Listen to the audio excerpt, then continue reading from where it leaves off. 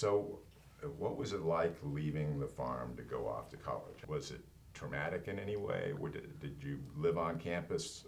I lived on campus. So what was it like when you actually had Well, I to was stay so long? homesick, like a lot of kids are, especially because my dad, I mean, this is at Penn State. The farm is down in Virginia, Right. 4.5 hours away.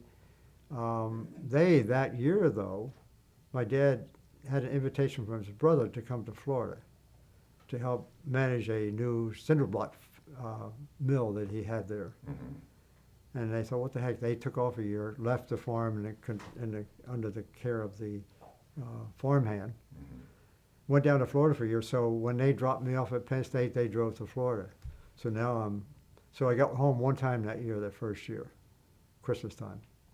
And Were you homesick? I mean, did you? yeah, I was. I mean, let's face it, I was, and but nonetheless, I kept working up my studies and Sure. had had a good roommate. We, did things together and, established some friends. It worked out okay. Okay, so. But it was no and big it- deal. He wrote letters. Yeah, okay, so. Your okay. best.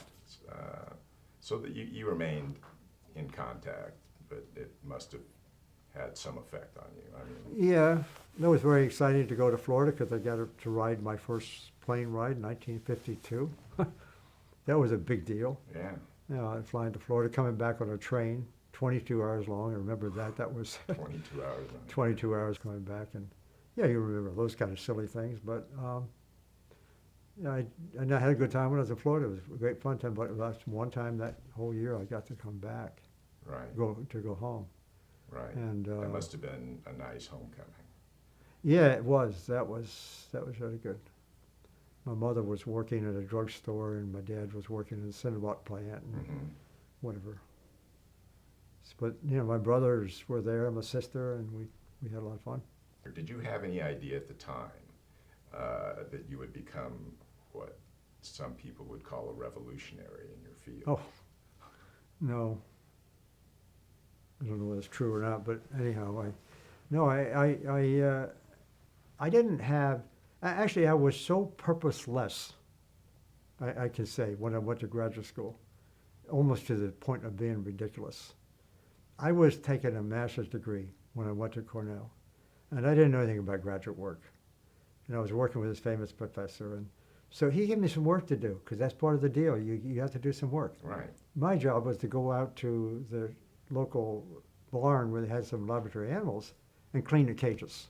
Sort of created my own sort of research project, working with two kinds of animals, chinchillas and rabbits.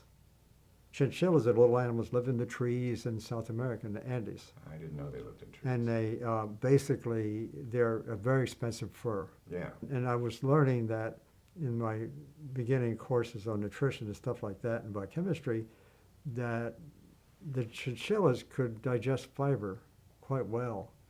They could digest fiber up to a level of 48% of the fiber being digested.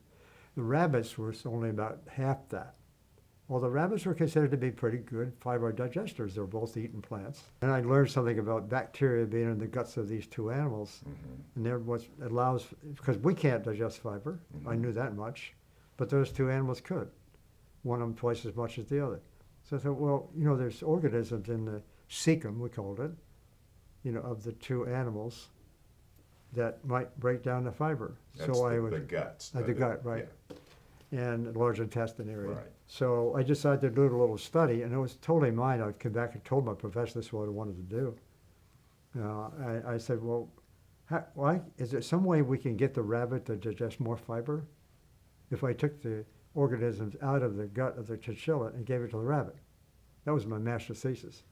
So I went and fashioned myself a little glass tube. We called it intubation tube. Mm-hmm. And I just filled it with chinchilla fecal pellets. Mm-hmm. And then shoved it down the throat of the rabbit. And so I gave That's kind of politically incorrect. I don't know. Well, they eat their own crap anyhow, so who goes, who cares?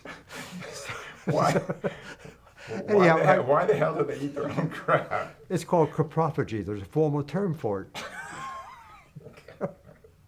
And So that- anyhow, I took the Do they fecal. gain some benefit from that? I mean, Yeah, they do. it's That's why they can- the organisms. Yeah, they right. keep the organisms turned over.